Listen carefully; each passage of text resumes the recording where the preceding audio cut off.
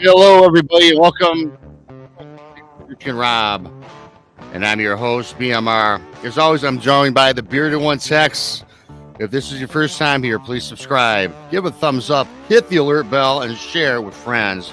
You can find us on YouTube at Texas Front Porch. You can also find us on Odyssey Radio, iHeartRadio, and KPNL Radio. Also, wherever podcasts are found, including Spotify, Apple Podcasts, and Spreaker. We are on Facebook at Texas Front Porch. You can also reach us by email at paracryptidencounters@gmail.com or by text at 972-559-0988. Don't forget to subscribe on YouTube to Bigfoot Michigan Rob. If you enjoy our content and would like to support us, the Super Chat is always open, or you can Venmo us at @ at text 6717. Thank you. Hope you enjoyed the show. Hello, everybody. And also, for those of you listening to us, I'm going to bring up text here in a second. For those of you listening to us on iHeartRadio, those of you listening to us on Odyssey Radio, you'll catch the first half of the show live. For the second half, you're going to have to subscribe on YouTube to Texas Front Porch, TEX' Front Porch, or Bigfoot Michigan Rob, and enjoy the second half. So with that, I'm going to bring up my co-host. There he is. We double-clicked each other. I told him I was going to handle the buttons. But Tex, if you want to fade out that music for me, I like that little jingle we got going. Hello to everybody in chat. Love to see you. Glad you're here. Tex, man. You know, usually you're on about a half hour early, to do warm-up. Ruger, we've got a great show tonight with Ruger Ridge. We'll bring him up in a minute. So, Tex, I was just wondering, man, if, where you were. And I said, man, Tex is usually here. And did you have some late-minute chores to do for Mrs. Tex? I wish I could say yes. But I was a little indisposed. Yeah. Well, you know what? We don't want the details because, we all have private lives, just because we're live on YouTube and iHeartRadio and KPNL Radio. We don't want that. We don't want people hearing all the privates, right? I mean, we have separate lives. You don't need all the smelly. You don't need all the smelly details.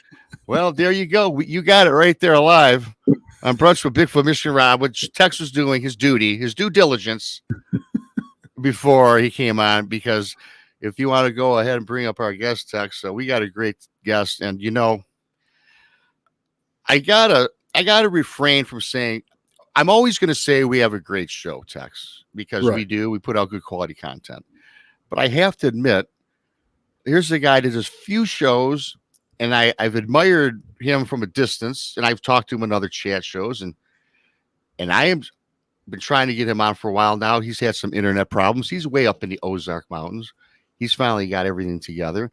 And I'm privileged, man. I'm really humble. I can't wait for this. I know you are, Tex, and I can let you speak for yourself. But Ruger, man, thank you for joining us on Brunch with Bigfoot Michigan Rob with my sidekick, Tex. Glad to be here, man. That was Definitely. I think Rob has been hitting the calf. I think he's been eating caffeine beans or coffee beans. Or what? He's just. I am charged up because I'm thinking that this internet, my new system, is finally not going to crap out on me.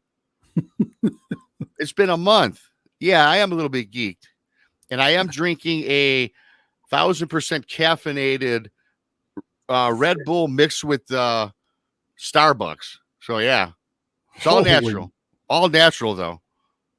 There ain't nothing natural about Red Bull, brother. Let me tell you. That would stay down about 3 seconds, I'm afraid.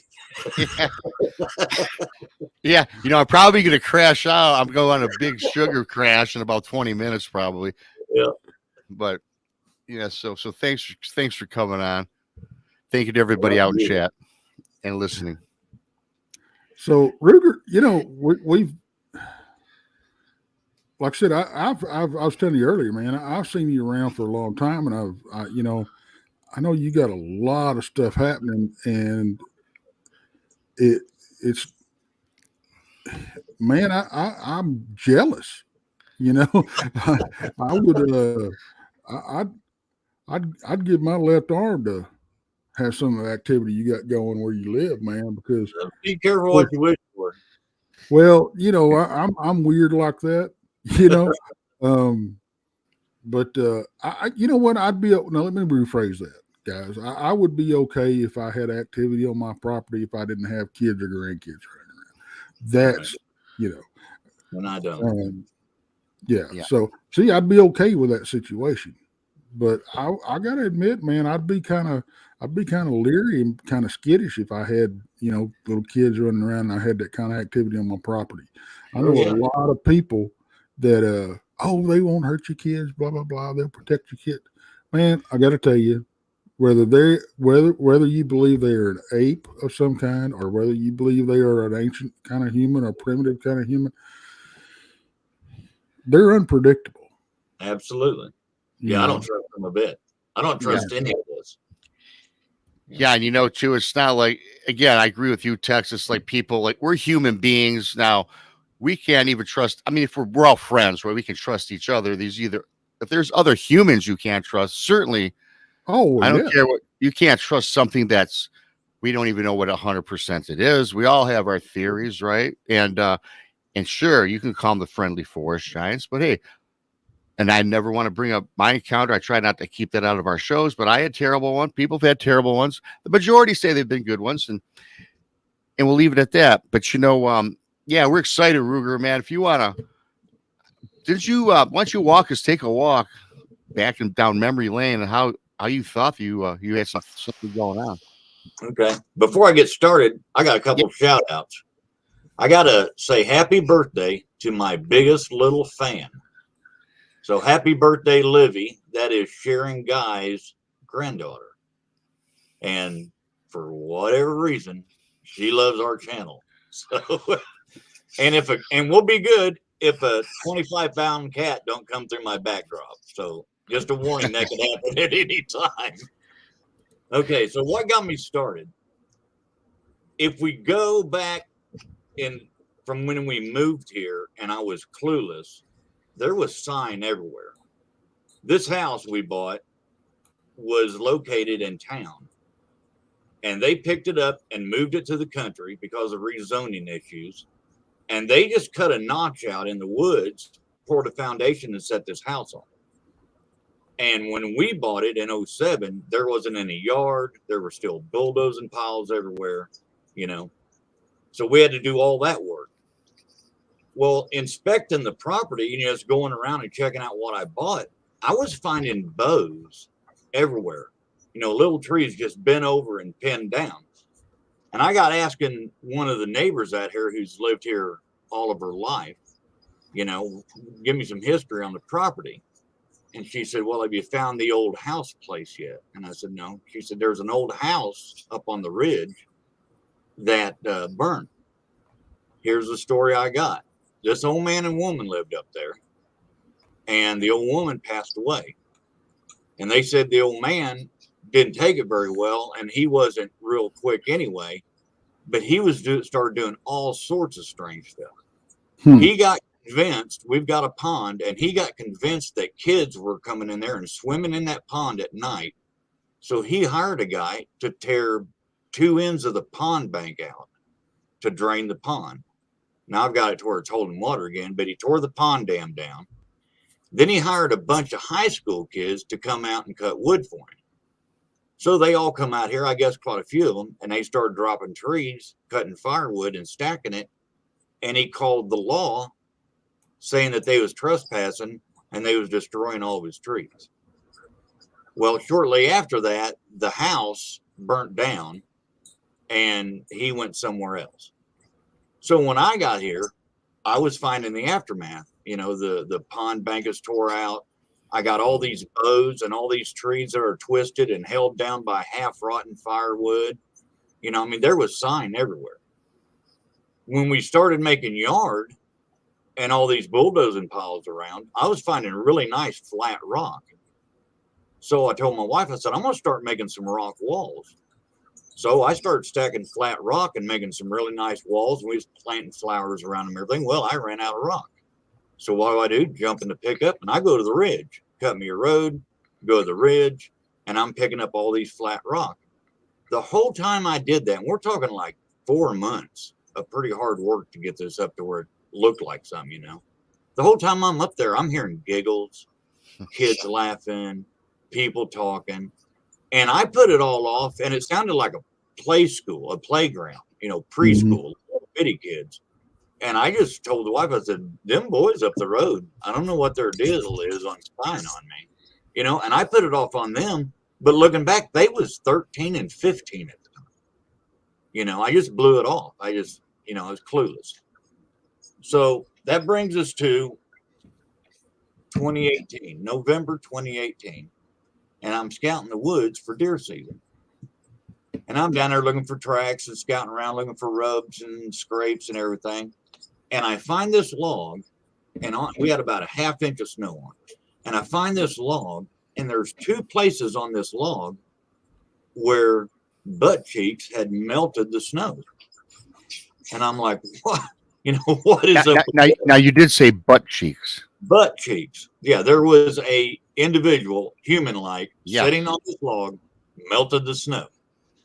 So I get up and I get looking at it, and my first thought was somebody's casing the joint.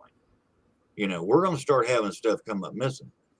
And I get looking, and there's a rock about that big on this log, and I picked it up, and there was crushed acorns underneath it. So now I'm like, who in the right mind is going to be out here in 30-degree weather watching the backside of my place crushing acorns? Right. You know, and I could tell where you didn't see any other tracks or anything like that? Just nothing. Just where they had been sitting on that log. The only other thing I seen was where their feet was, had all the leaves and the snow separated in a place about the size of a wash tub, you know. Gotcha. But no, I hadn't seen no tracks, nothing. Hadn't seen anything there. And I'm thinking, crazy neighbor. Right. You know? And I thought that for a while. So this place is, there's only one flat place on this land, and that's where the house is sitting because they leveled it.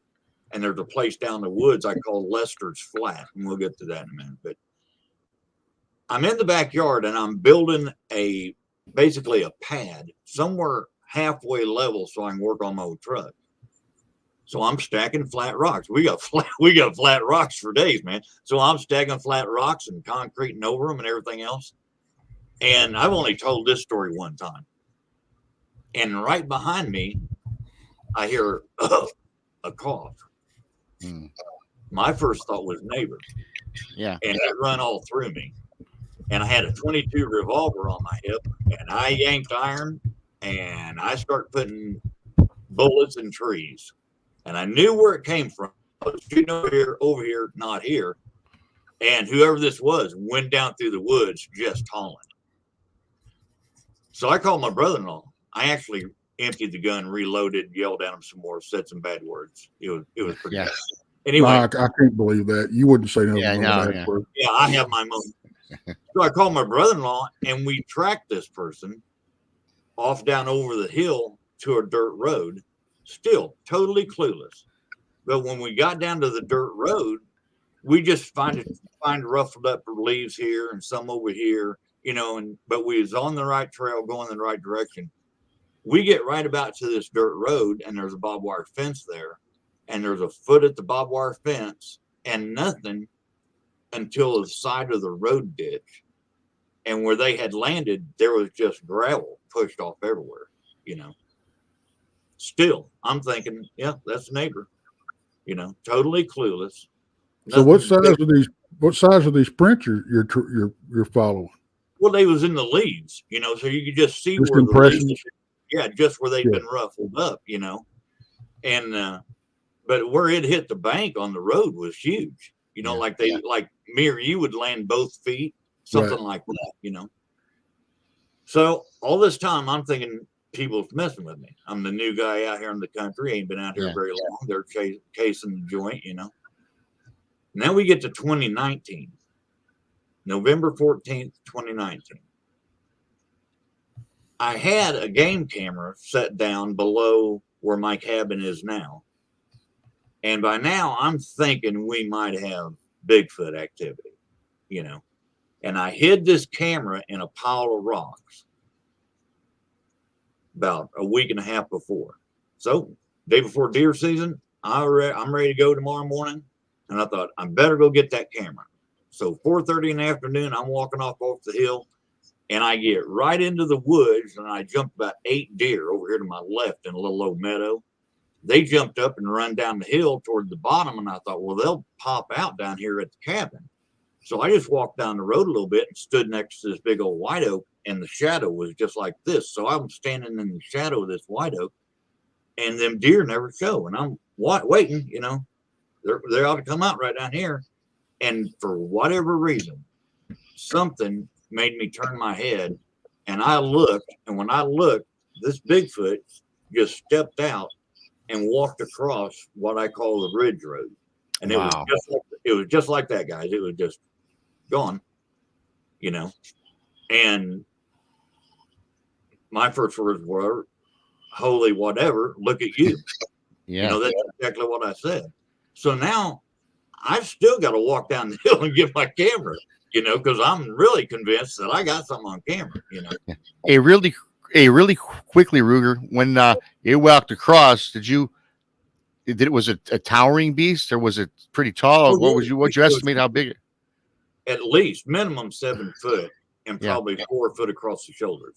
Okay. Yeah. And this is in November. This is a weird deal here.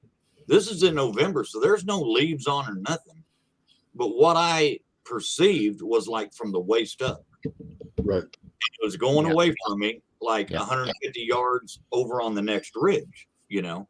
So I got one arm swing and the whole back. And the hair is what really sticks in my mind. It looked like an 800-pound share was walking through the woods. It was just straight, black, shiny, looked grim, you know. So now I got to go get my camera.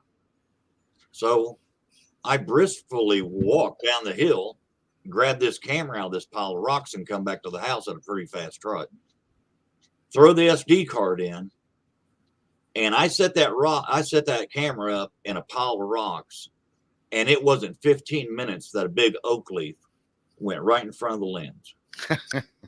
And I had a week and a half of this oak leaf buffering in the wind in front of this camera. Didn't get nothing. So at that point, you know, I knew, I was convinced. Yeah. And of course, the leaf happened to just precisely fall where, you know, happened to fall right inside. You know, I had this big pile of rock, and the only thing sticking, you know, that you could see was the camera lens sticking out. Yeah. And this leaf went right in between them rocks, right in front of that camera, to where it was just buffering it. You know. Yeah, I bet I hadn't hardly made it back to the house before that leaf was in front of that camera. Yeah. You know. What? I don't know if I missed. What color was this one? The one you saw? He was black. It was black. I don't know whether it was a here or whatever, but it was just shiny black, like jaguar, shiny, glossy black. So big and beautiful. Was it? See, that's the same color that the first one I saw was, and slick black coat. You know. Right. Now, did this one have you use the description as a share? You know, she has long, shiny black hair. Right. Did this one have long hair? I mean, everywhere. Yeah. It was just all down off its head, which it didn't have any neck at all. It was just a hump on some 4 foot wide shoulders, you know. But it was just long, glossy, black, groomed hair. And when it did the arm swing, the sun kind of glistened off where the bicep would be, you know, and I could tell it was black. Hey, was there hair covering the face, Ruger? I didn't see the face. Okay. It was walking away from me. Yep. Okay. Yeah, it just stepped across.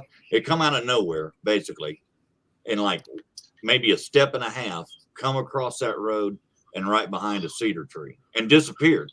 Yeah, you say a step and a half. How wide was this road? Step and a half. It was road's wide enough to get my pickup up. Yeah, we're talking 12 feet. Yeah, geez. 12 feet wide. So you're talking about, you know, 5-6 foot strides. So right, and that's another thing. Somebody asked when you were tracking this thing, Um, did how what was the stride on the It impression? varied. It It varied. varied. It varied. We'd It was see where probably looking. It would probably hesitate and looking back at you to see if y'all were following. I have no idea, because I was popping caps, and Oh, it took off. And I said, hold that thought, I'll reload. And I did, and come back out, popped off a couple more, right. and then heard more rustling. And then I called my brother-in-law and said, get out here. I got prowlers, Yeah.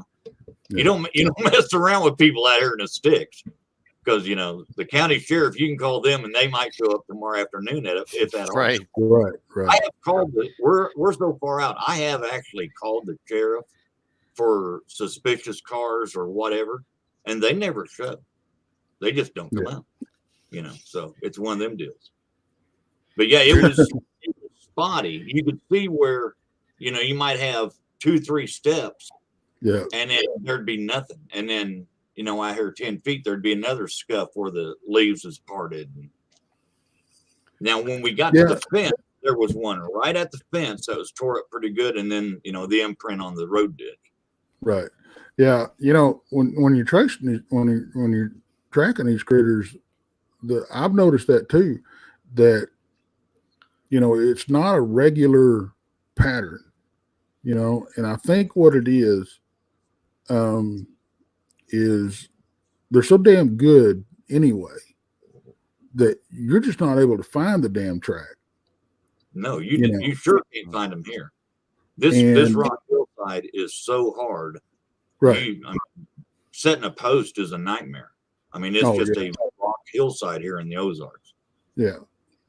And it's just it's hard to now that one that second one that I saw that was standing hugging the tree watching the campsite, he had been using that area so much, or they had. I don't know if it was the same one all the time or not, but he had wore out bare spots in the forest floor, but it was hard pack, Right. So you could see the trail that led off, but the stride varied because he was purposely missing branches that were laying on the ground and stuff. Right. Right. Mm-hmm. I think they'll take little leaps. They'll take half steps right next to a limb. Yeah. But and I don't know. These critters are so damn good at what they do that it's hard to track them. And I tell you what, we're damn lucky to have the 3 fellas that track for us in the field. They're 3 of the best I've ever seen in my life. And Pop Senior, he's in the chat. He's one of them. Yeah. I want to say hey in the chat too, by the way. I don't want to jump. They're watching this. I don't want to jump too far ahead, but I got to ask you a question from Danny Staten. He's one of our loyal subscribers, and he's always making comments, and I'm sure you know him. He wants to know how many of you seen. Again, I don't want to jump too far ahead. I want you to tell your tale. Approximately how many Bigfoots have you seen since from 2017 on up to 2018 till now? Well, if I go back to when we moved out here, I think I've seen them 4 times. Now, since I've been aware, since I had my sighting, I had another sighting after my first sighting, and it wasn't much of a sighting at all. I had put some jars and stuff out in the woods, and there's a whole big line of videos about that catastrophe. But anyway, I'm standing filming, and I turn around and I look way down in a bottom, and a cedar limb about, 6-7 feet off the ground. This cedar limb just comes down, and it was black in there, and then it come right straight up. It was purposely pulled down, stopped, and it didn't fly back up. It come up at the same speed. So I'm counting that as a sighting. What else would do that? Yeah, it's one of the things that amazes me about them is, and we talk about it a lot, how they can be so still for so long that you'll mistake them for a damn tree. Right. you know, or stump, you know, with shadow play and all that kind of stuff. It, especially if the sun's going down or it's dark or something like that, they'll take full advantage of that. They know what they're doing. Absolutely, they do. If they didn't, we'd have one by now. Yeah. You know? Well, and I think we do. We just, you know, Joe Blows like us ain't aware of it. Yeah. Okay, if it was easy, I'd have one by now. Hey, let me ask you here now. Obviously, there's Bigfoot in the area, and you've seen one. And now, when you're out at night or during the daytime, are you now actively looking? And another question too: do you hear a lot of howls or whoops and stuff around your place at night, or is it regular, or how? It's rare. It's rare that I hear a whoop. I caught one last week, or not last week, a couple of days ago, the 12th, whenever that was. Caught one, and it's rare to hear a whoop. Now I get knocks all the time. I get grunts. I get growls. You know, I get grunted out that, or I call it grunt or a bark, whatever. It's that. Roar. I get them all the time. You know, I mean, not every trip, but it's not uncommon to get one. But knocks, I've got one video called, I don't know, knockathon and something. I make all these cute names for my videos. Right. Yeah. I think I'm really clever, and then I can't remember them. You know? But yeah, I get knocks all the time. Yeah, I don't. Now you were talking about when you first had something happen. It was in November of 2017, right? No. When I found the butt cheeks on the log, it was 2018, and then I got my sighting in 2019. Okay, and the sighting was in November of 2019, right? So about a year apart. Right, about a year apart. Both deer season, both times. Now, what I'm wondering, because I have a theory. I mean, a lot of people talk about migration. A lot of people talk about this and that and everything else. I think they have a territory that they wander through, like a big cat does, you know. And I think that's why, you know, months or weeks or whatever will separate the activity in certain locations as they're moving there at a certain time, you know. Maybe that's what you were seeing then. You know, they were traveling, they were, you know, the deer were moving through your place. Well, so were these critters. Well, he was definitely hunting. I mean, I'm convinced he was hunting. And when I stumbled off over the hill and spooked them deer and they run, I'm sure he was pretty disgusted with it. But the deal that the thing that really gets me is I'm deer hunting, man. Tomorrow's the open day. I'm waiting for this herd of deer to come out past my deer blind cabin. Yes. And they're not. And for whatever reason, I just turn and look at the ridge. I have no idea why I did that. You know, why would I even look up there? You know, them deer ain't up there. They haven't covered that ground. But something made me turn and look up there, and he just stepped out. So I think he wanted me to see him.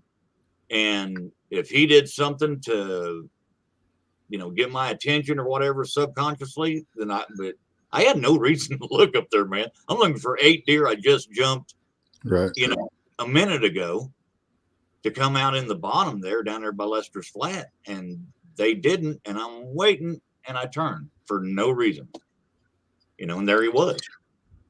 Wow. Well, you know, it's real possible. It's real possible that he was sitting there watching you, and that's what made you look over there.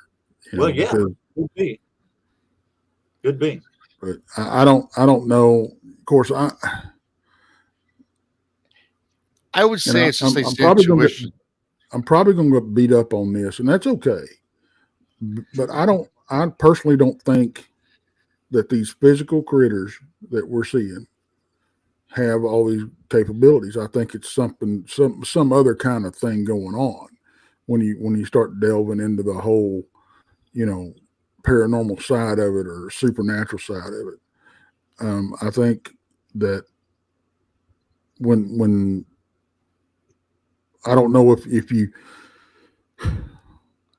they may pick somebody out, you know, that they like for some reason, you know. But I don't think it's anything psychic or anything like that, you know. Yeah. And I don't to know. me, to me in this case, seeing what I've seen and hearing what I've heard, I wouldn't doubt it. When I first started this, when I first saw him, by the time I got back to the house and sat down and I seen my SD card was nothing but leaves, I got mad from the floor up. Yeah. And I had it in my head, I'm going to kill one of these things and drag it to the house. You know, he had ruined my life. No more hunting. No more playing around the woods. None of that. You know, I got his number. And 6 months, guys, I wandered these woods with a Mossberg pump and over 100 rounds of slug and buckshot, and I was going to drag one to the house. Right up until the point I realized I was wasting my time. Yeah. And during that time, the things that I've heard, things I've caught on film, we know enough about these things to be clueless. Yep. We don't know what they can do, what they can't. We don't know what is attached to them or attracted to them or what uses them for other means. We don't know. Yeah. I'll tell you what, I know. I seen something that looks like a Bigfoot. Yeah. You know, I think they have different energies and abilities. I think, but when we're talking about how you just happen to look to the ridge, I don't think there was any communication to you at that time or anything psychic, because, you know, a lot of times how you're walking in a mall or maybe you're walking in a store, you ever get that feeling that someone's like looking at you and you turn around and sure enough, this sounds like that's what happened in this instance. But I certainly, you know, and I don't discount that it could have been something.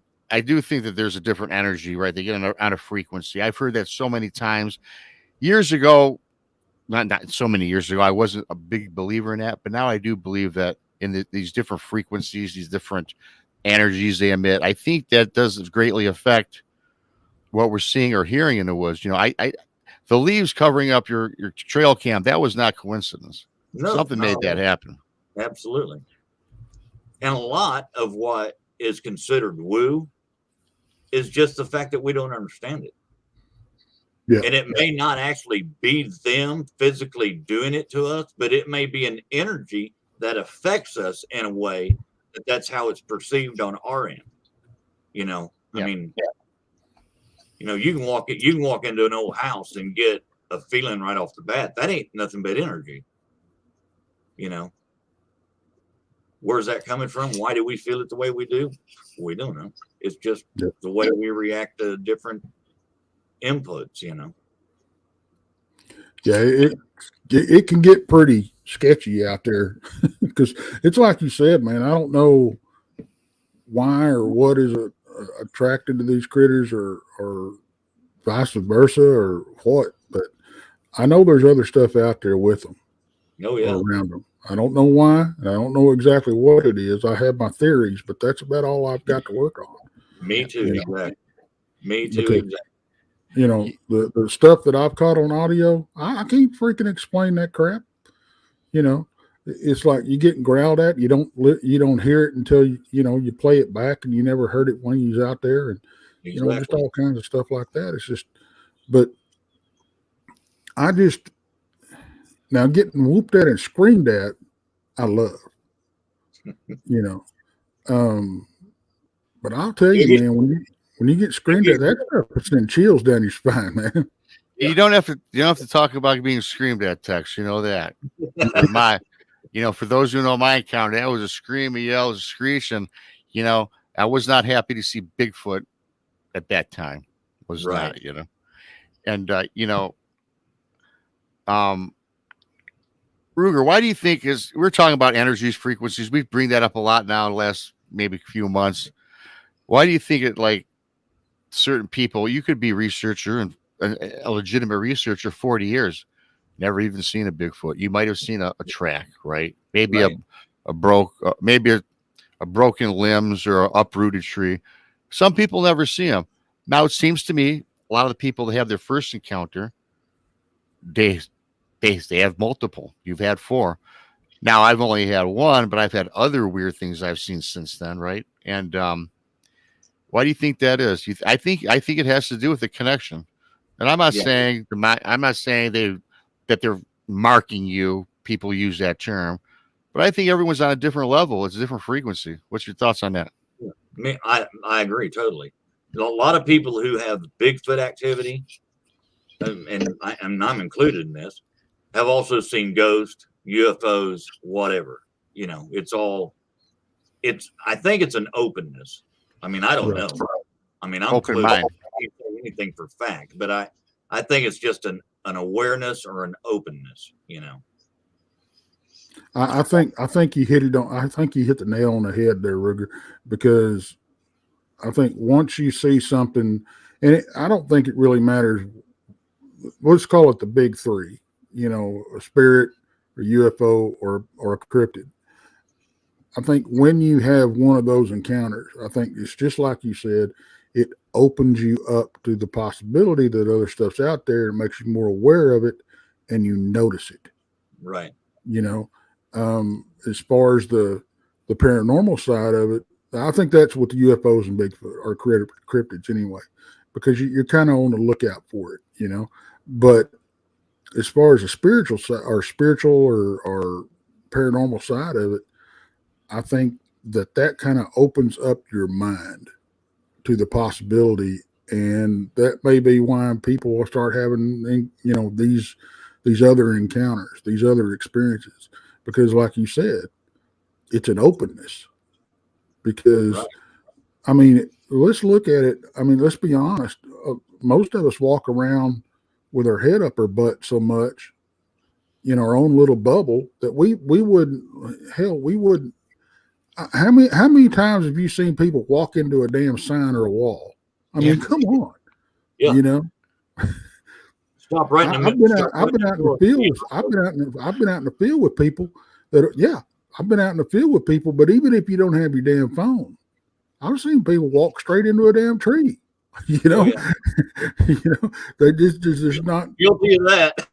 Yeah, you know, and you know, my daddy, you know, he taught me when I was walking around, you couldn't keep your eyes on the ground all the time. You had to keep your head on the swivel. Right. You know. But you got down here in this country, you better be watching the ground. Exactly. You know? Yeah. You know, I know one time when I was young, I was probably 14 at the time. I was out doing some, you know, just general hunting. You know, wasn't hunting for nothing. I had my little 410 with me, and hell, I damn near stepped on a rabbit. You know, and just damn near took my foot off with my gun. Yeah. You know, but and as hyper aware as we want to think we are, we're really not. No, we're not. You know, and even if you've had experience and you are open to it, most of the time when something happens, your mind is somewhere else. Yeah. You know, even people who are tuned in or whatever you want to have, whatever crazy, most of the time just going about your normal day and all of a sudden, oh, wow, what was that? You know, it's not like everybody is constantly waiting for something to pop up. It just happens, you know. Well, and I'll tell you, when I've been out in the field and we do these pretty long, you know, trips for like a week. When I get done, I'm so damn exhausted because you've got your guard up for the whole damn time, and you are consciously trying to make yourself hyper vigilant and you know, aware of your surroundings, because we're not used to doing it. It'll wear your ass out. Yeah, I call that full scan mode. Yeah. You're up there and you're on. Yeah. Because even when you're, now, I'll tell you, when I sleep in the house, I'll tell you how hard I sleep. We lived in this one place, and we had care flight land in our backyard. Basically, it was the lot next to us or behind us, and it was a empty lot, and they landed care flight, and our house, our bedroom was in the back of the house, and I slept right through it. My wife woke me up. Yeah, I don't sleep. No.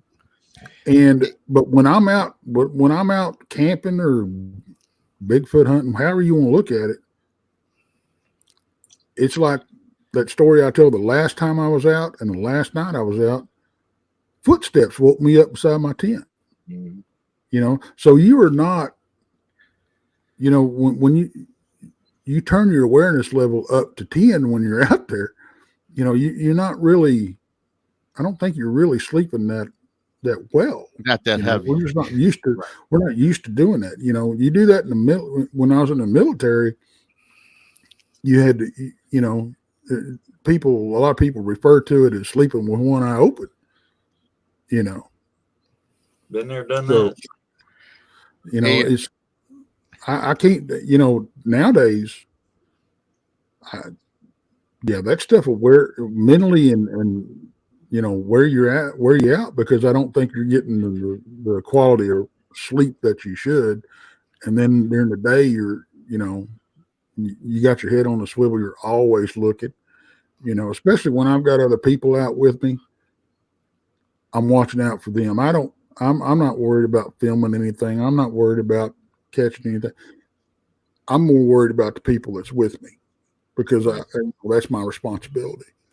So, yeah. Well, I wouldn't consider me being hyper aware all the time, because the tree line is 50 yards from my bedroom, right? And the cabin is 125 in the yard. From the yard to the cabin is 125 yards.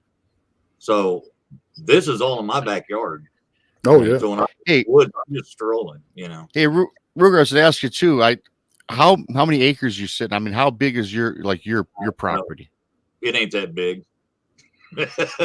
Okay, well, I have access to some other property besides my own.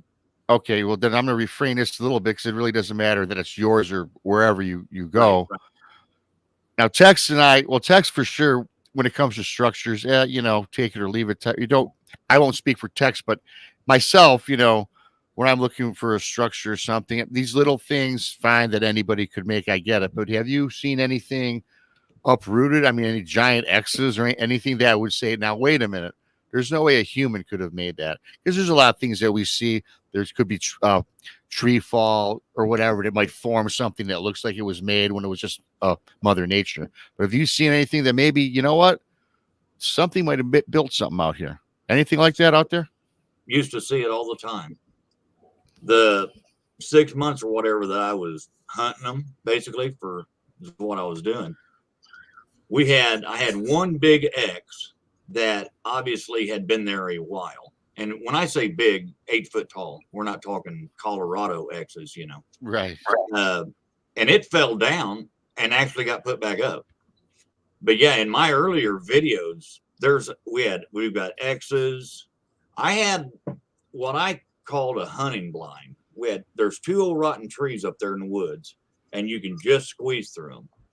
And when I first found it, it was just round, piled up brush, locusts and oak and everything else, all piled up in a circle. And then just out that circle was a big game trail, what I call the main game trail. And I just walked in there between them trees, and I was like, this is cool. Somebody built this. It wasn't 4 or 5 months later, it was gone. It was taken down, and it was lined up in a straight line right down that game trail. And this whole brush was just laid out, and it stayed that way for about a year. And then every bit of it was gone. It was just picked up and taken off. And I keep waiting for them to build it back. And they have put some stuff back where it used to be, but nothing like it was at that time. But yeah, I've seen structures be built. I hadn't seen them be built. Let's be specific here. I've seen that they were newly built, and then they just disappear. They're just taking down the brush and everything is gone like it was not even there. You think they built? When I first started this, I walked up on what I called a playpen. Yeah. And it was built out of brush right next to 2 briar patches on each side. And it was about waist high and it was perfectly square. If me or you went to build a playpen, this is what we would build. And I would check it for tracks and any activity. I never did find nothing around it, but it was woven and pretty solid. And we went up there one day and it was just gone. The whole thing just gone. What do you think? You think they're using it to mark their territory? I mean, they're taking it down and moving on somewhere else, or what do you think? No idea. I mean, I'm clueless. Yeah. You know, you got the whole woods. There's stuff laying everywhere. Yeah. Why do you want this one? Right. And what is it about this bunch of limbs that you love so much that you're going to pack it up plumb out of the country? Yeah. That playpen was cool, but I don't think I got that on video. And I found a bed one time not far from that playpen, and then the electric company come through and cleared the right of way and took it all away. Come in here with a dozer and some bush hogs and a grinding machine and took a slice right out of my research area, the width of a eye line. So, when you talk about structures, it takes a lot for me to go, okay, that's something, but when we went to the conference over in Mineola, Texas, and they had a camp out yonder at the state park. I went I went to visit the campsite out there, and it's kind of funny. I asked old Randy, I said, "Hey, you got a light?" And he gave me a light. And when we was all standing around there talking, I just kind of took off by myself into the woods. I heard somebody behind me go, "Is he going out there by himself?" And he go, "Yeah, that's what he does, So I went out there and I got off trail, and I just pretty much just ran smack into this thing, and it was a weave, but it was very, very intricate. I mean, they were wrapped around each other, and brought over and wrapped around each other, and then wrapped around where they would stay, and it was purposely done. I find little things like that. Yeah, and this thing was probably about it was about eye level, and I think what that is, I think that's juveniles just copying mom and daddy. Yeah. Learning what they do and stuff, or just playing. I think a lot of this is just innocent play. Right. Little kids, they'll play with building blocks and build all kinds of crazy stuff, or Legos or whatever.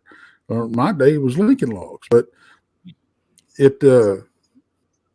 I think we're seeing this. I think a lot of these things, they don't have a damn meaning. It's just, they're just messing around. Maybe it's, and maybe it's their artwork.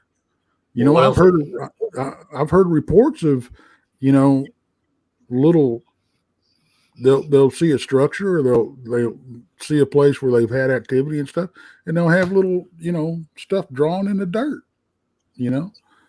A lot of this stuff I don't think has any meaning whatsoever. Now, these bigger, structures, and what's weird is, like you said, they they'll be there, they'll be taken down, they'll be put back up, these logs that weigh a couple of 300-400 pounds or more are just gone. Right. And then they're back, I think that may have some meaning. Maybe they're claiming that place for, but like you said, it's all speculation. We don't know. We don't know. But I think probably the lion's share of it don't have any meaning at all. Whenever I found the area that had all the X's, and all of them are gone except for one, I think, maybe two. But there was just X's everywhere. And we also found this bone pile. Now, this bone pile, everybody says, well, bones won't lay out in the woods very long. They get eaten up by rodents, on and on and on. And that is true. But I have a bone pile of great big, massive bones with no heads and no hooves. I think it's cattle and horses. But guys, when we found this, there was like a hip bone, pelvis, just sticking up out of the leaves. And I seen the white and walked over there, and we uncovered it. And there was 3 rib cages that had been on the ground so long that the grass had grown over them. Whenever I pulled them up, I pulled up a wad of grass, but no heads and no feet. But getting back to the structures, in that same area, there was a forked tree about, I don't know, 2 foot off the ground, 2.5, 3 foot off the ground. Hey, Ruger, Ruger, let me jump in here real quick because we got to take the break and say, say you see you later to our iHeart and Odyssey Radio listeners and everything. Yep. But we'll get back into the structures because it's a fascinating conversation, even though I don't pay a lot of attention to them. But absolutely, when they're like this, they do get fascinating. Absolutely. So, and I do want to second half of this show. And everybody listening on iHeartRadio and on Odyssey Radio, subscribe to Texas Front Porch. You get the second half, or Bigfoot Michigan Rob. It can be a great show, great second half. Continue the discussion with Ruger Ridge from the Ozarks. We'll be back after this quick 5-minute commercial break. Once text cues it up.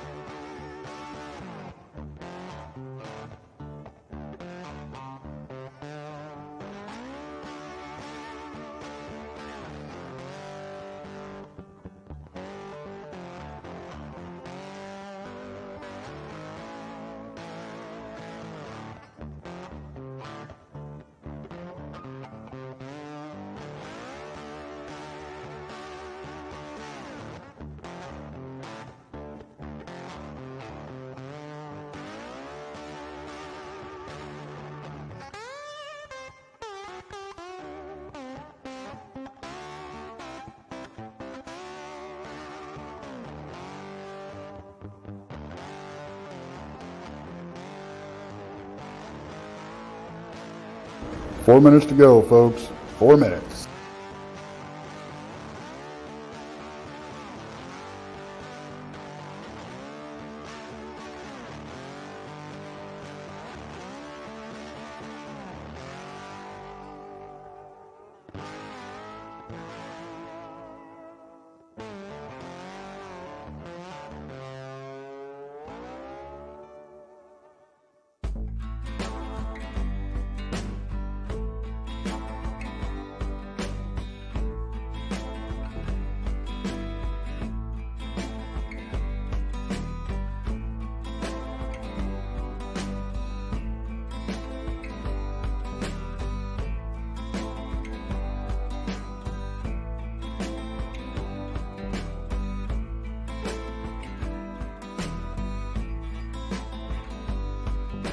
Three minutes. We're almost there.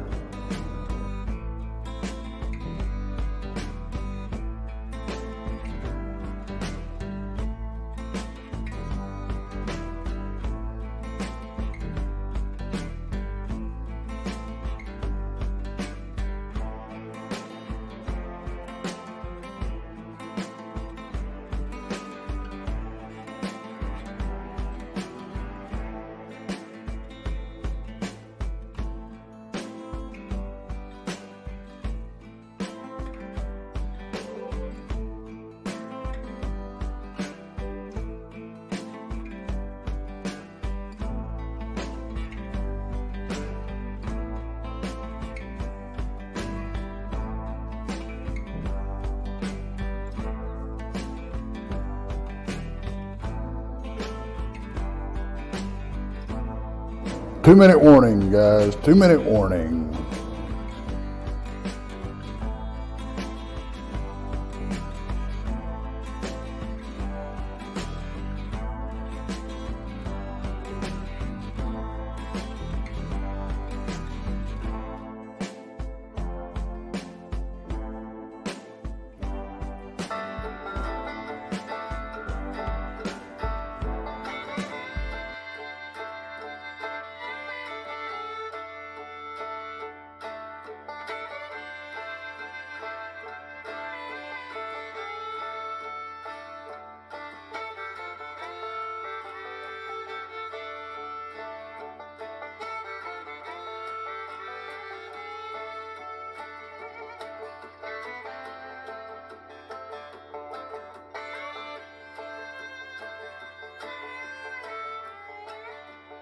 One minute. 1 minute.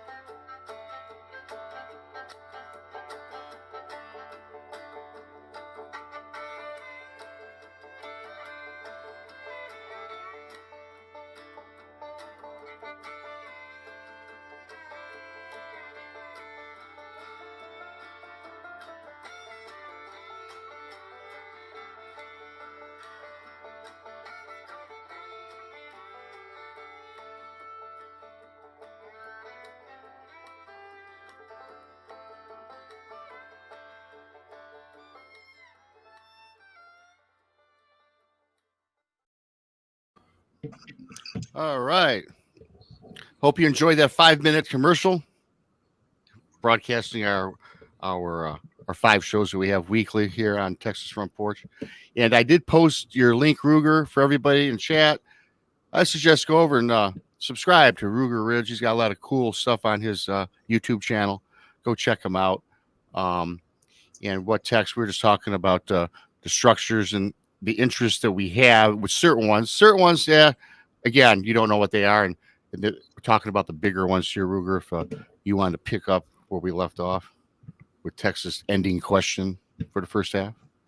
I just found chat, so you guys can talk amongst yourself, and I'll read chat.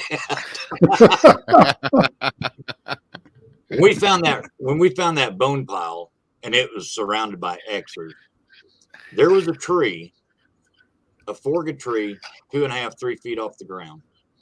And guys, there were sticks like that big around, and they were stacked in that fork, and every one broke at the exact same length.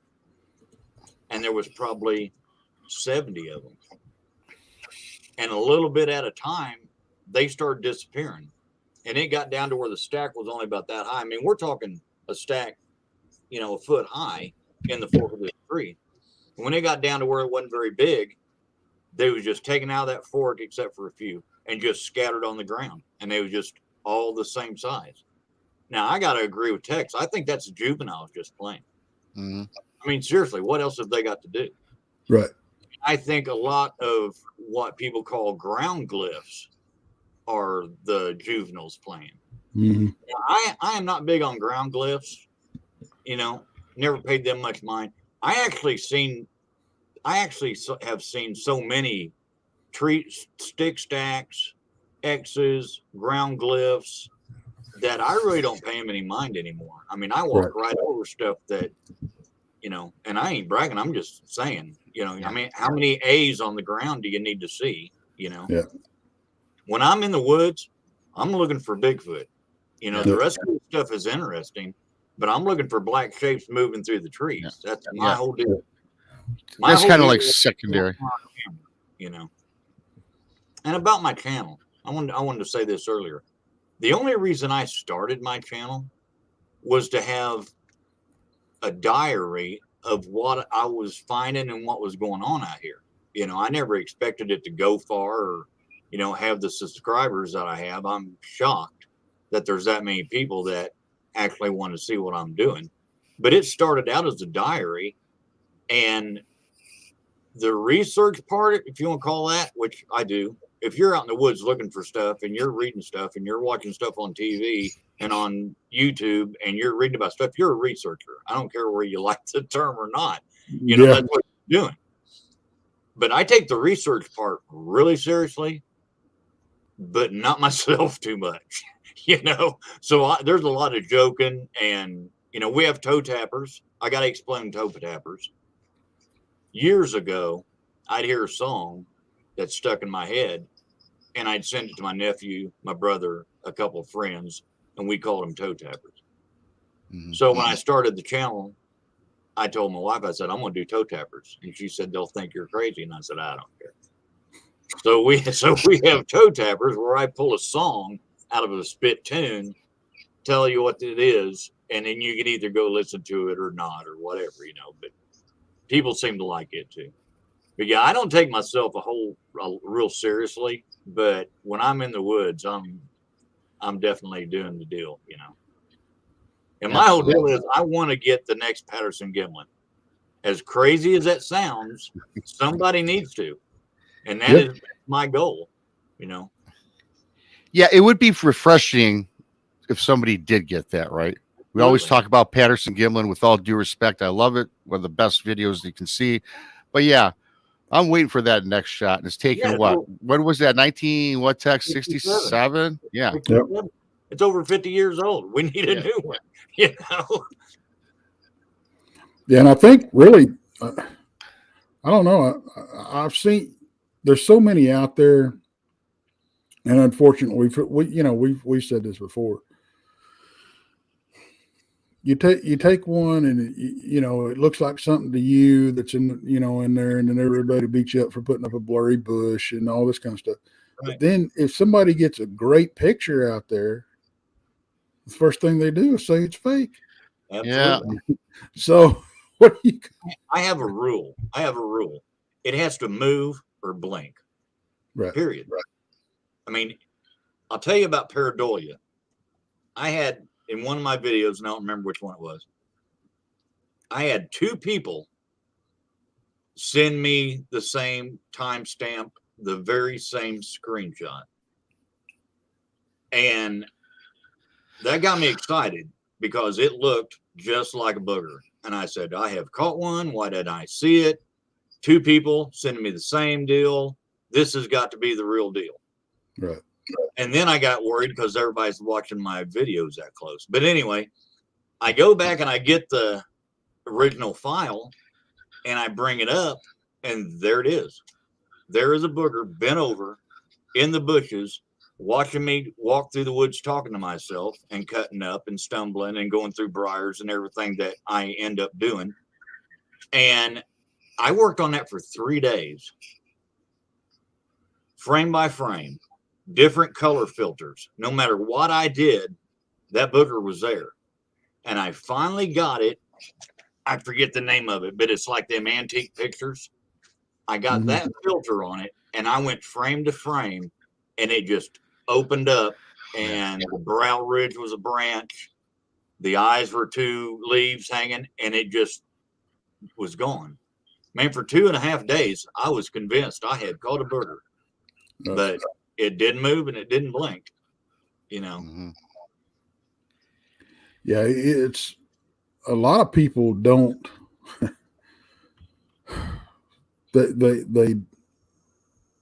they want to see something and they're looking for these patterns that make a face. Well, it's like that picture that we posted last night from Corey. You know, when I first popped it up there, and I'm looking for stuff, I picked out what looked like 4 faces, just boom, boom, boom. Right. But I haven't really scrutinized it, but it's interesting. I don't know. I don't think there's any Bigfoot in this picture. I think it's, if what I saw is there, I think it's paranormal. Right. But because I saw, there's one thing in there that I saw that looks like reminds me of like an Inca statue, or those little things those little sun gods or whatever they used to make out of jade and stuff. Mm-hmm. And I'm like, this is crazy. But you really, I don't think a lot of people realize how easy it is to get fooled by pareidolia. It's got to move. It's got to blink. I mean, I don't care how good it looks. It's got to move or it's got to blink.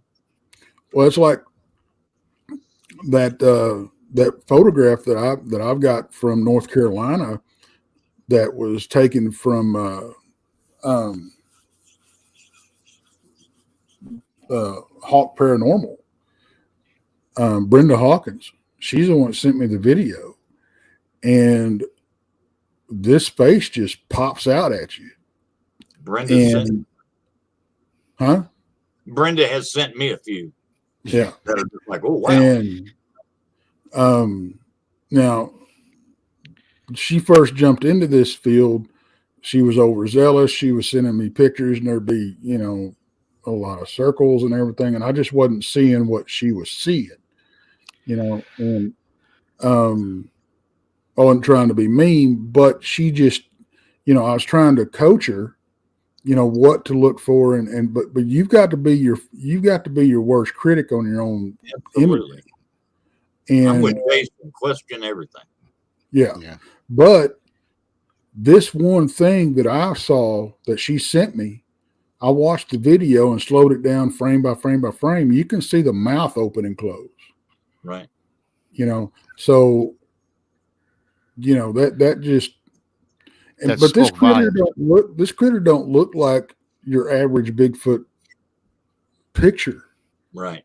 It's got sharp features instead of the bulbous nose and everything and all this. It's very, very human-like, and it's green. And we've been talking about the whole green thing for a long time. So I don't know if I don't know if it's a booger, but there's something there. She sent me one picture that it's something in the trees, and I ran it through all kinds of filters and everything. And whatever it is still there through every damn filter. It pops out. So something is there that's standing out. I don't know what it is, but it's hugging the tree. What do we do with that? Yeah. What do you do? As real as it is, I'd have to throw it out. Yeah. Yeah. I don't know what it is, but it's not what I'm looking for. Right. Hey, take Tex and Ruger. I never bothered to tell you, Tex, but like, I did an experiment where I live. There's a creek about a block up the road. It's on both sides of the creek. You got a wood line. Now it's not a woods. I know you can never say I know, but I don't think there's Bigfoot there. I mean, it's running right through my subdivision down here, but it's woods. It's a creek that runs to the Detroit River. So I was just down there with my phone about last month or whatever with a buddy. We're just hanging out, walking up and down the creek, because sometimes there's fish that do go down the creek. Once in a while, we was checking them out. But I just started randomly taking pictures in the woods. And these woods are maybe 12 feet thick. I mean, and the other side is another subdivision. But I just said for, craps and giggles, I just fired off 15, 20 pictures. I went back and I looked at them. And if you look hard enough, your imagination, you can see all sorts of shapes and pieces. You can see, if I was that naive, there's a dog man, there's a Bigfoot, there's a little person, there's a puck wedgie. I mean, there's a bear, a bobcat. I mean, yeah, our mind does play tricks on us. And for those of us that are so rambunctious and gung-ho and just think we saw something, like Tex was saying, not to single anybody out, but many people, and I've been guilty of it, you think you got something when really it's not there. And, we get a lot of these that are always shared on Facebook or on YouTube. And I hate to, like Tex says, let the person down and say, yeah, you got pareidolia. It's not because we're being negative, it's a fact. You can look in a cloud and see a bull in the sky, right? The shape of a bull. So it works both ways, both sides of the spectrum. It does.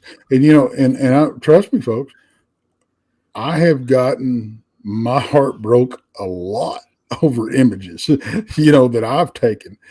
And but you have to take it and roll with it, because even if you do paranormal investigations, you run into the same thing. Yeah. You know, because light play, shadow play, all that stuff, and you throw it out in the woods, it's amped up 10,000 times because you've got all the branches and stuff, you know. And I mean, you can look at wallpaper and pick out I've looked at wallpaper and pick out a face, you know. Absolutely. I mean, it's just, you really have to be your own critic. Yeah, and you also have to have a thick skin too. And bless her heart, she does. You know, and because I know most of the time, you know, when she sends me stuff, I'm sorry, I just don't see anything. I think what you're seeing here is this, this, and this. But she's got a few images that there's something there. There ain't no doubt. You know, but and I single her out because of those images that I'm convinced that there was something there, you know, and the fact that I was actually able to have these conversations with her, and she was very accepting of it, you know, because she knew I wasn't trying to beat her up or nothing. I was trying to help, you know, and she was very accepting of that. And but boy, she is a hard worker. Boy, she gets out there and you know, boots on the ground, and I applaud her for that. I just, you know, be damn careful when you're out there doing it. She invited me up to, you know, go out to these places that she researches and stuff, and I want to. In fact, I was going to when I was planning on making the trip up to North Carolina this last summer, this last spring, or when the hell I'd go. But anyway, in June.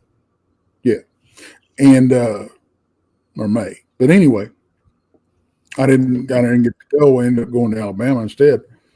But I'm still looking forward to getting out there in the brush with her. You know, one of these days I will.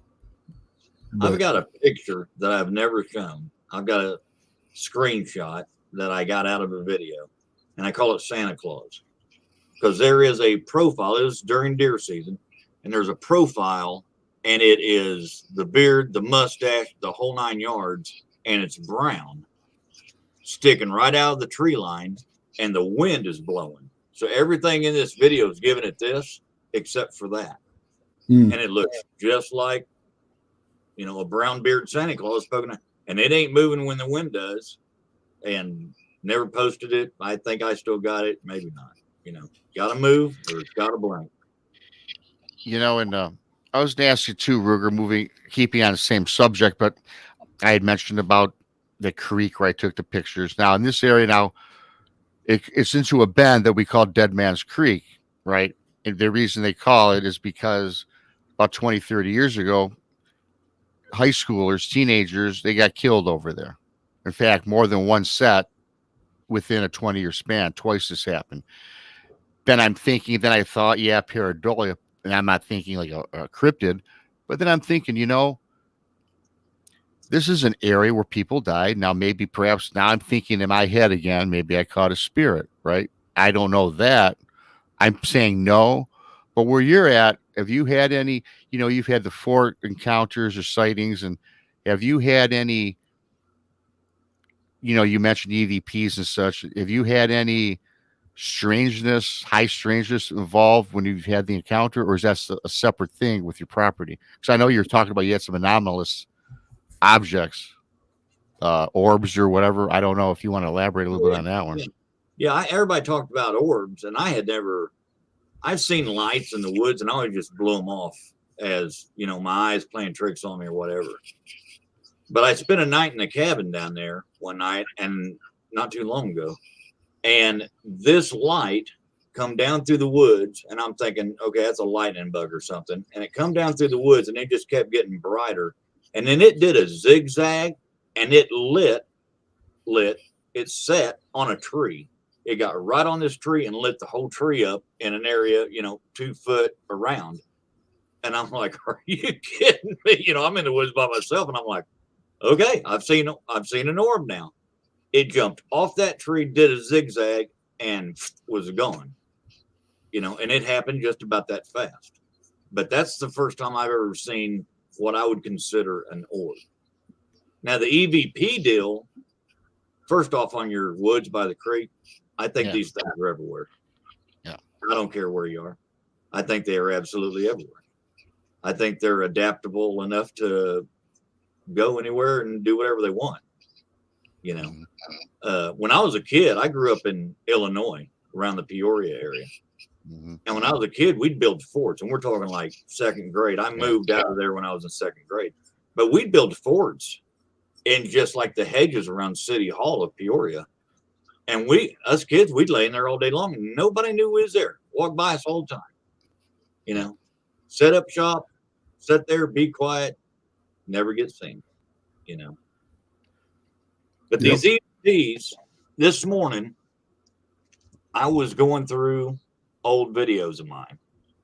And if somebody goes to my channel and wants to get the whole gist of what's going on, watch my Ridge videos. There's 4 of them because I had to break it up because of my internet. And they're terrible. I hate them. Cheap camera, didn't know what I was doing. You know, I was nervous. But they tell the story about everything that got all this rolling. And I found EVPs in them videos this morning. Wow. There's I wrote it down. Where'd I write down at? On the Ridge number 1 at 13 minutes and 56 seconds. There's a knock that I didn't hear. Mm-hmm. There's a video. This is a good one. And why I didn't catch it when I was editing is beyond me. But anybody can hear this. It's in Spider Takes a Ride. That's the name of the video. And it's at 8 minutes, 30 seconds. And this guy says, careful. Now, where's that coming from? You know, I'm getting these EVPs. I've started getting them here in the last few months to where they're answering me. They're calling me by name. I had one just the other day said, Terry, you're hot. And I was, you know. So they're calling me by name, and I'm asking questions, and they're giving me answers. I was sitting on the porch, and this one here I talked about on Blue Line Bigfoot, and I was hesitant to even talk about it, but I did. But I've got an EVP where I'm sitting on the porch, and on the cabin, and I said, I saw a big hairy man. I seen something that looks like a big hairy man. What is that? Or can you tell me what it is? Walks upright like a man. And there's in the video, it's just a blip. Beep. About like that. You slow it down, crank it up, do some audio adjustments, and it says Bigfoot. Just that quick. Wow. So what is that? You know, and I'll tell you, the 8th, I think it was, I was down there, which this is in my backyard. I can go down here, you know, anytime I want. The 8th, I was down there, sitting around drinking coffee, sweating my guts out. And I said, what was it I was going to say? I asked him, who's that over on the ridge? I did some rock clacking. If y'all haven't tried rock clacking, it works. I've had some great results of just banging 2 rocks together. I don't know whether it makes them mad or not. If they ever come down, we'll find out. But I was rock clacking, and I started getting some walking around over across the ridge, you know, and I could hear it. And I said, "Who's that over? What's making that noise on the ridge?" Bigfoot. Just as clear as I'm telling you now. So, the 8th, I think it was the 8th. I don't know. I've been down there like 4 or 5 times in this week or last. I jumped on them. And I told him, I said, these voices I'm hearing, I'm pretty put out at you. That's not the word I used, but I said, I want to know what you are. You need to tell me who you are, what you are, or I ain't talking to you anymore. If you want to be heard, you're going to have to tell me who you are, or I ain't even going to talk to you. And they never did, you know. But I got an EVP after I said that. This one female voice says, I won't tell him. And in a male voice, real rough, says, you better not. And like a minute later, you hear a little kid say mommy, and you hear a woman say, what? So that's deceiving right there. Yes. You know, so what are we dealing with? Are we talking just your run-of-the-mill ghost? Are we talking something worse? Is this Bigfoot talking to me and projecting their voice? What is it? I don't trust any of it. You know, I don't trust any of it at all. But yeah, it's weird, man. They call me by name. Man, that is. I've been picking them up for 2 years and didn't know it. Yeah. That spider takes a ride video was like in 2020 or something. I don't remember. But it's on there. I'm going through the thick, and this old boy says, "Careful." You know, that would absolutely creep me out, man. I don't know how I can handle that. You know?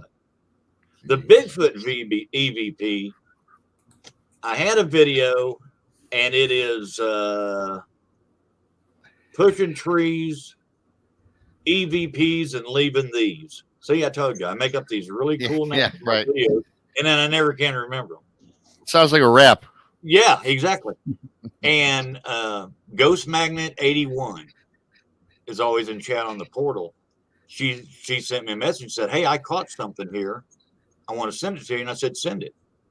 Yeah. Well, she called an EVP that said that of this rough voice saying they always leave me things. And it's just as plain as I'm talking to you. I didn't hear it at the time. I didn't hear it in editing, but she picked it up off of YouTube. And I went back, got the original file, and it's there plain as day. So I've been sending her EVPs, and she's been cleaning them up for me and sending them back. And it's crazy, the stuff we're getting. And I'm wondering what they mean by they leave me things. Well, I was putting out, what was I putting out that day? Jars, I think. I was putting out jars with like nuts in it, or I was putting out apples or something. My whole gifting thing didn't work. Yeah. Yeah. Peanut butter jars didn't work. I'd find them empty and chewed up. And one time I went up there to get them, and I knew I ain't putting them out anymore. You know, just a waste of money. I'm not getting the lids put back on, or they're not bringing them. They're not doing everything that everybody says they do with these jars. Yeah. So I go up there, I find a jar. It's all chewed up, totally clean. Everything's been at it, squirrels, whatever. Put it in my backpack, pick up trash, and I head toward the big cedar, which I've got a big cedar tree where a lot of the activity happens. And I head to the big cedar, and right down this game path I always go, probably 75 yards from where I found the jar, was the lid propped up. It was like a stop sign, red lid. You know, that was on purpose. They wanted me to see that lid. They knew exactly where I would be going because I do it almost every day. You know where I was at that time. I'll tell you one thing. Tell you another EVP right quick. Started down to the cabin. When you start into the woods out of my backyard, you go right down this road to the cabin.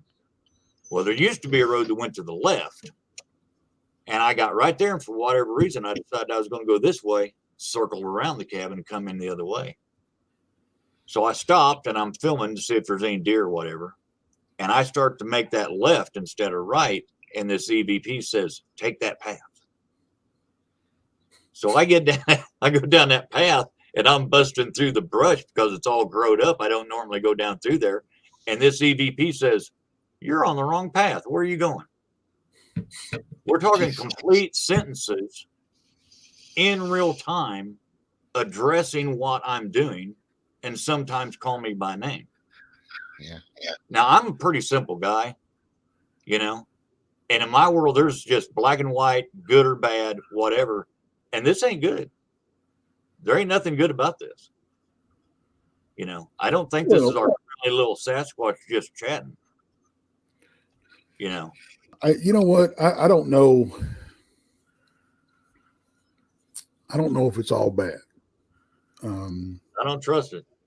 I mean, well, it's hard. I didn't say that. I never said I trusted it. You know, I caught that. I was headed up to the cemetery. I was getting my stuff ready, and for the first 3 or 4 minutes of the video, I've got nothing but growls that I never heard. Absolutely. You know, and then about 12 minutes into the video, I'm going up the trail. I think it is something like that. You hear a female voice just as plain as day go, "Come on." Yeah. Yeah. You know, so I don't know. But I am in the cemetery, so you kind of expect that stuff, right. you know. I've caught them saying what I'm fixing to say before I say it. And I've caught EVPs that say the same exact thing I say when I say it. On one video, I was talking about the game trail, and I said, right down there is where that tree, and I said, fell across the trail, and a voice right over the top of me said, fell across the trail. You know what, Ruger, man? That's, now that you just said that, that resonates. There's a couple, last week or two, I did a short, like 8-minute video on my channel about a group of men. There was their last day camping, and they were sitting around the campfire, and they were talking. They were just talking, you know, whatever they were talking about, had a conversation. Then all of a sudden, it got cold, chilly, the wind stirred up, and in the distance, they heard voices, right? Much like you're talking about. But these voices, they're kind of like metallic-y sounding. But you know what? The voices reiterated, according to this report I read, word for word, what they were talking about around the campfire. They heard it echo back at them. And it was not an echo. I mean, you can, you know, yell in a forest and hear the yell of your echo coming back, or in a canyon. But this was their communication of what they were talking about, almost verbatim, repeated back, but it was in a tinny, metallic-y sound, which really freaked these guys out. And they got the hell out of there. Right. And now what you're saying, that kind of, you know, it kind of jives with what I read last week. Yeah. I'll tell you a good one that I had to run it through my head a bunch of times before I figured out what it was saying. But at the start of my walks or my days or whatever, I'll put corn out for deer. And that way, if some deer show up, we can film deer, you know, it works out pretty good. I go down to Lester's Flat and I'm pouring out corn, and I get the corn poured, and this little bitty Keebler sounding voice says, hip, hip, hooray, there's a hot roasting ear. Where in the hell does that come from? You know, a hot roasting ear. You know, it's stuff like that. And I get them every video. I mean, I can walk down there right now, ask a question, and I'd get an answer somehow, whether it had anything to do with the question or not. So, you know, there's an individual who used to be in chat who claims to have had a Bigfoot encounter. And he goes on and on about these Bigfoot being surrounded by ghosts. And I kind of just blew it off for a while, but he may be onto something, you know. You know, when you open yourself up and once you see one of these things, or once you open yourself up to whatever, then you attract whatever. I tend to agree.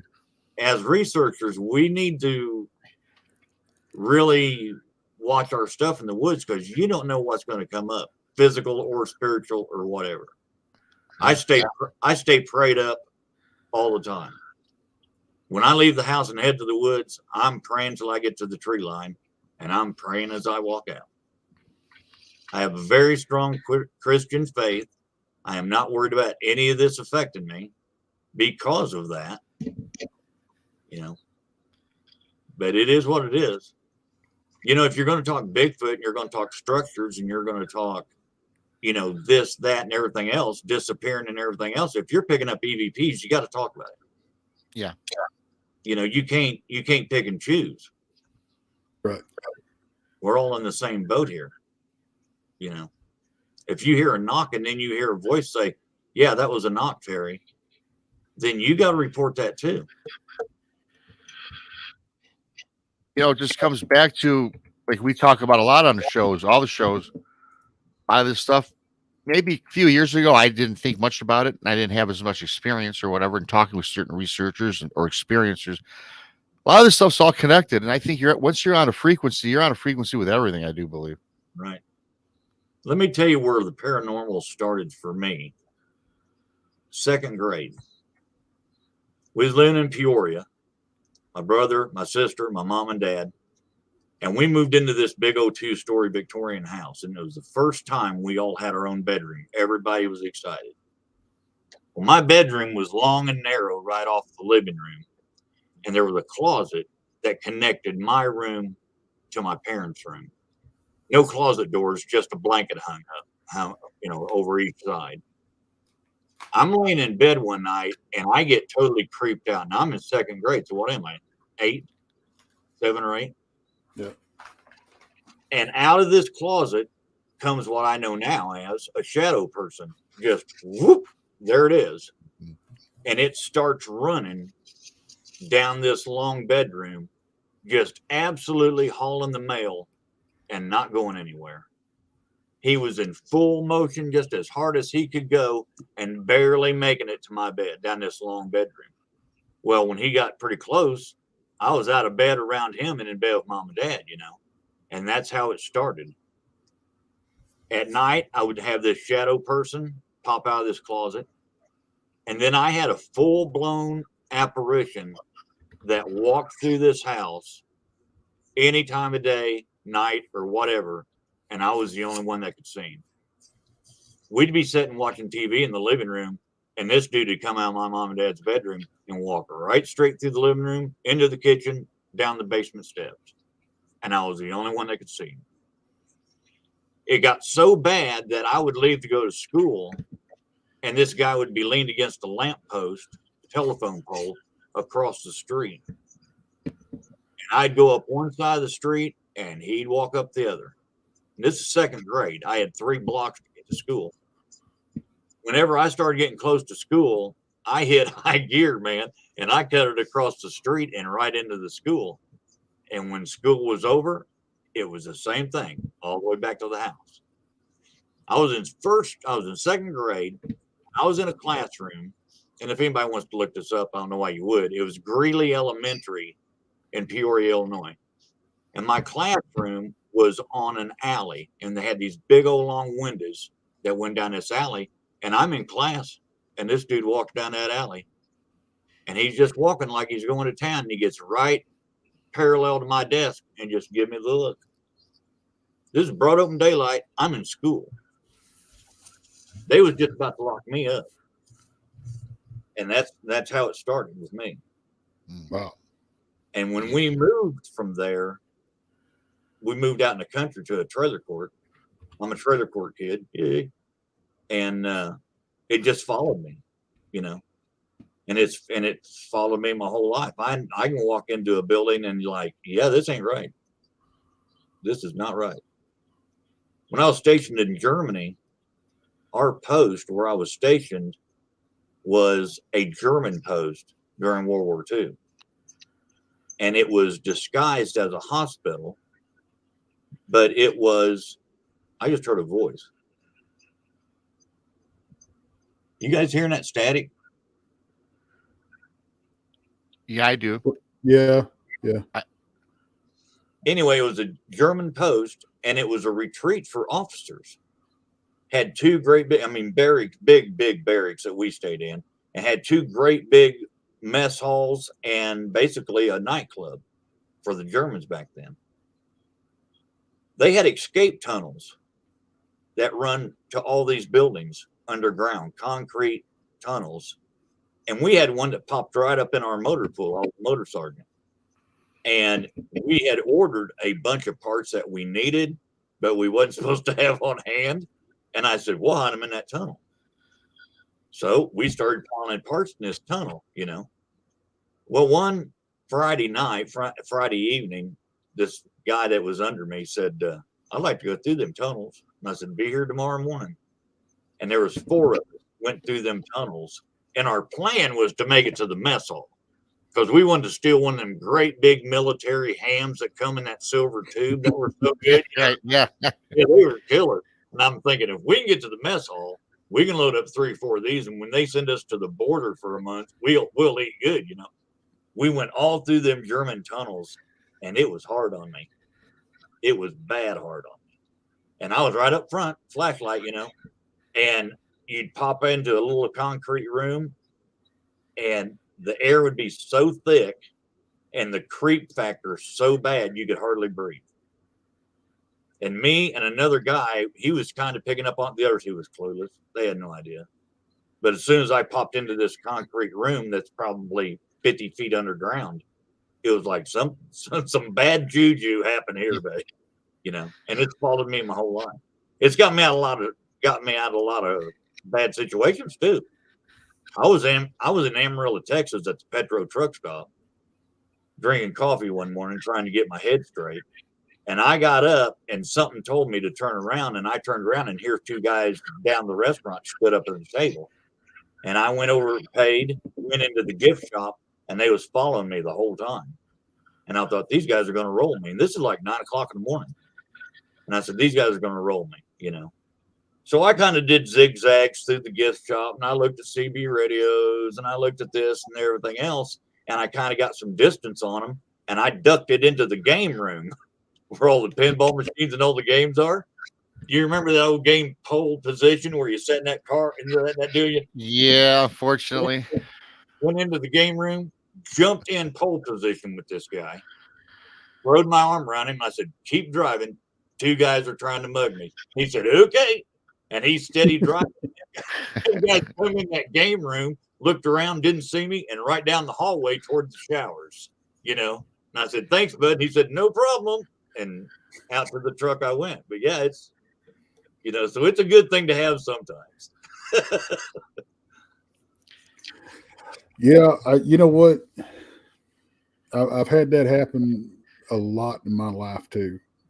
Just get that hinky feeling and Absolutely. When I was in my teens and me and my buddies are running around, we'd be getting ready, to go out one night or whatever. And I said, I got a bad feeling about it. I don't think we need to go, and something would happen. Yeah. We wouldn't go and something would happen. It got to where it was scary.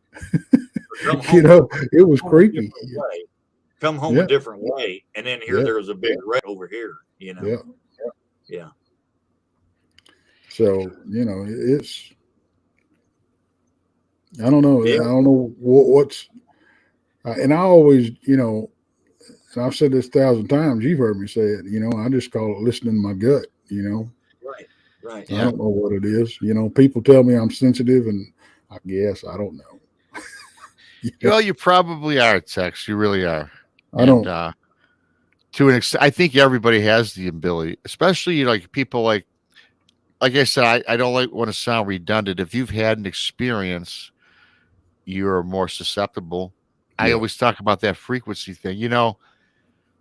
Ruger, you're talking about faith in that and things, and I believe in God and such, but I even think that I had prior to my Bigfoot encounter. Now that I'm looking back and talking to people, I think I've seen ghosts and paranormal stuff at an early age. I'm not going to get into that, but I got some pretty crazy hauntings. In fact, even at the bar, I saw a ghost inside my bar that I spoke on once or twice. But I'd be sitting in a chair and there'd be a mist coming down my hallway. I've told Texas heard this story before. I've said it once or twice, and it would circle around my chair, and I would get all. I think it's an entity. It's like a shadow people, but I don't see people. But I just see like that movie, The Mist. But it's hovering above my floor, coming down the hallway. And as soon as I start praying, and I never did this prior until someone told me to, it would just linger if I didn't pray. Then when I finally took some advice from somebody, start praying, the Our Father, boom, went away. Yep. And that was as simple as that. That's what my mom did with me when we lived in the haunted house when I was in 2nd grade. Started telling me all about Jesus. She got the Jesus picture, the profile. Yeah, right. Yeah. And it was in a gold frame with a nightlight. Yeah. I mean, it looked like something from a funeral home right above my bed. Taught me how to pray. All you got to do is talk with the intent on and on and on. And that's how I got by, man. We was there about 6 months and we had to leave. Let me tell you the follow-up story to this house. This house is gone now. I was at 17. Me and a buddy of mine was riding motorcycles. We went to Peoria to get some parts. And I said, while we're over here, let's run down here and I'll show you my old spook house, because I told everybody. He said, all right. We pull up in front of this old house and it hadn't changed a bit. We get off the bikes And this guy walks between the two houses and comes out and sees us staring at this house. He said, "Can I help you guys?" And I said, "Nah, we're just looking." I said, "I lived here when I was a kid." He said, "When was that?" I figured it up and told him, and he said, "I don't remember the name." And I said, "Well, I was in second grade. We wasn't here long." And he said, "Yeah, nobody stays here long." I said, "You own this?" "Yeah, my family's headed for, ever, whatever." And I said, "Yeah, we stayed here a while." And I said, "That bedroom on the side, that was my bedroom, the one right off the living room." He said, "Ain't no bedroom there." And I said, "Yeah, there is."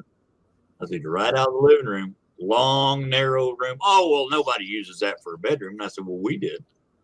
I said, "That was my bedroom." I said, "And the closet joined the front bedroom here?" He said, "Yeah, that's just, nobody uses that for a bedroom." And I said, "Well, we did." And he said, "Yep." And he said, "You want to buy it?" And I said, "Nope." And he said, "I'm done with it." He said, I can't get anybody to stay here."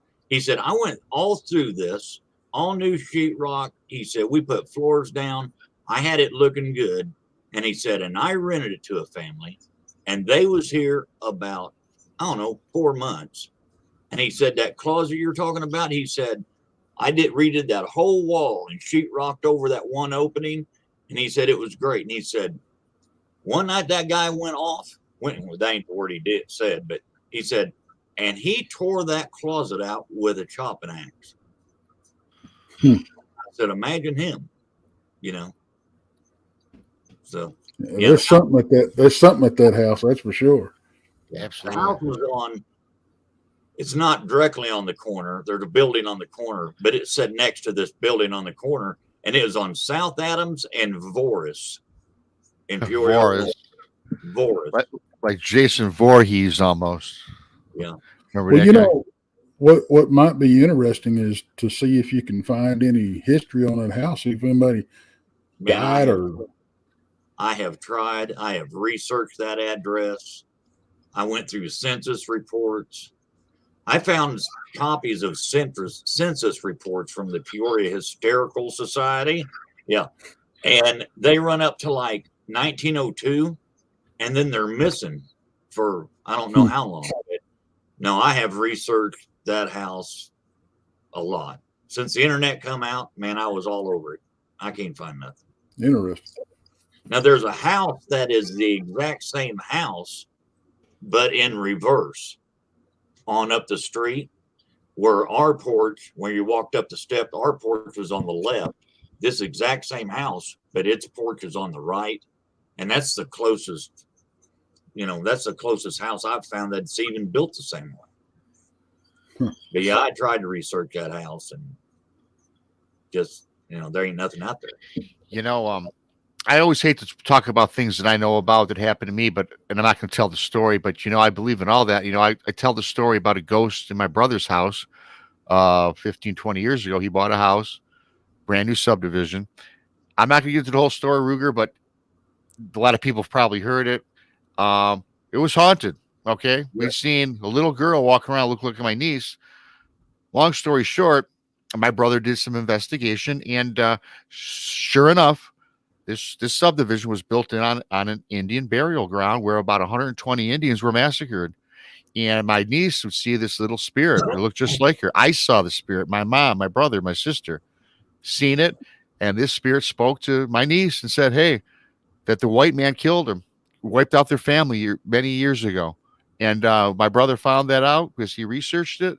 Sure enough. And so within a month, they moved out because it was all sorts of hauntings. Until this day, the subdivision, you can probably buy a house there for like $50,000 because it's supposedly haunted.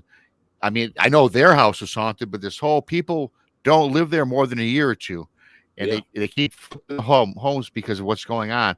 And yeah, it's the land. The land's haunted, and they don't want anybody over there. Well, I ran into the same thing at that house that, I saw that, a spirit at and even touched one and the whole 9 yards. We researched that, and there was a cattle drive, a bunch of cowboys and some young boys that they were training or whatever. And there was a war party that come through and killed all them right there. It's right there on that Chisholm Trail. So, that's. We've got a nurse here and I've seen her twice, and I think it's residual. She doesn't interact or nothing, but she'll come right in our bedroom and then right into the master bath. And she is in the old white nurse's uniform with the goofy hat and the whole 9 yards. And first time I seen her, I about slung myself out of bed, taking her out with a right hook. But spooked me bad. I was not expecting anything. But I've seen her twice in the last 17 years we've lived here. And we've got a ghost cat. We've got 3 cats in the house. Every night I take inventory, make sure they're not locked in a bedroom or something, I'm headed to bed. This dark colored cat comes down the hallway, and I reached down and I said, "Good night, Grady." Went to pet him. Wasn't a cat there at all. Yeah. You take it out of the corner of your eye. Ruger, I think we're gonna have to end it there. It's been almost going on 2 hours, close to it, and I want to have you back and continue on. But there's things I gotta do. Tex has to do. Absolutely. I'm so happy you came on, man. This was a great show. I'm glad you came on. I know the people in chat. I'm reading chat. They've all enjoying it. I'm certainly enjoying it. I know Tex enjoyed it. And Tex is on mute. He must have something going on over there, probably. So it probably is a good time to shut it down. He's probably got the lawn people out there. And Ruger, man, thanks for coming on. Yeah, guys. Everybody in chat, love you. Thanks for coming on. Everybody's going to listen to us later, tonight or tomorrow, whenever. Please subscribe to Texas Front Porch. Please subscribe to Bigfoot Mission Rob. And please subscribe to Ruger Ridge. His link is in the chat. I'll post it again here shortly. It's in the description, too. It's in the description. I'll hit that up. And next week on Texas Front Porch, we're going to be talking, Tex and Jason will be talking with Tex's buddies about the devil dog. So your buddy, I got a hold of him, Tex. And then next Wednesday, I got a cool show. Me and Tex on this show, we've got Steve Stockton of the Missing 411. He's got a great channel, and hopefully he's going to be back from his expedition. Hopefully he doesn't become a part of the 411 because we joked about that. That's just the other day. So Steve Stockton next week. And tonight, what's tonight? Serial Papers with Jason. No, yeah, Jason McLean, Serial Papers. Check him out. And of course, Friday, we have the lovely Jessica Jones with her show. That should be a hoot as well. Again, everybody in chat, thank you. Everybody listening later, thank you. And Ruger Ridge, man, thank you so much. Great show, man. Great show. Well, you be safe out there, man. We'll see you. All right.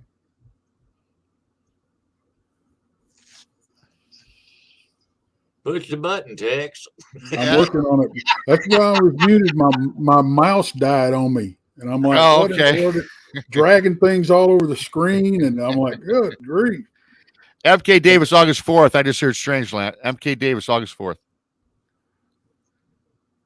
Okay, I think I got it here. That button you're not supposed to touch it.